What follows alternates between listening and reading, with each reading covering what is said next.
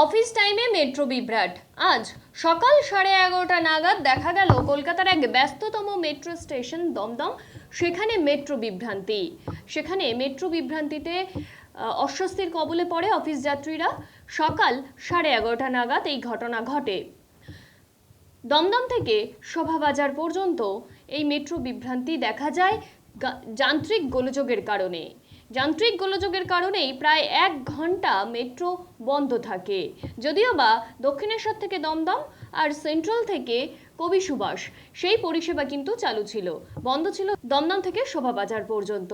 সেই বিভ্রান্তিতে অফিস যাত্রীরা, দেখুন সেই চিত্র।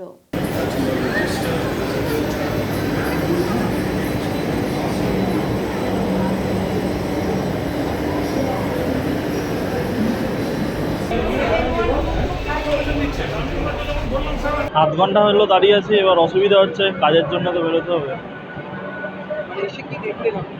এসে দেখলাম মেট্রো দাঁড়িয়ে রয়েছে, হয়রানি হচ্ছে, চারিদিকে মানুষ দাঁড়ানো।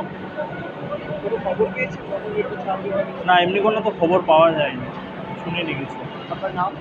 সায়ন্তন পাল। আধ ঘন্টা তো হয়ে গেছে প্রায়।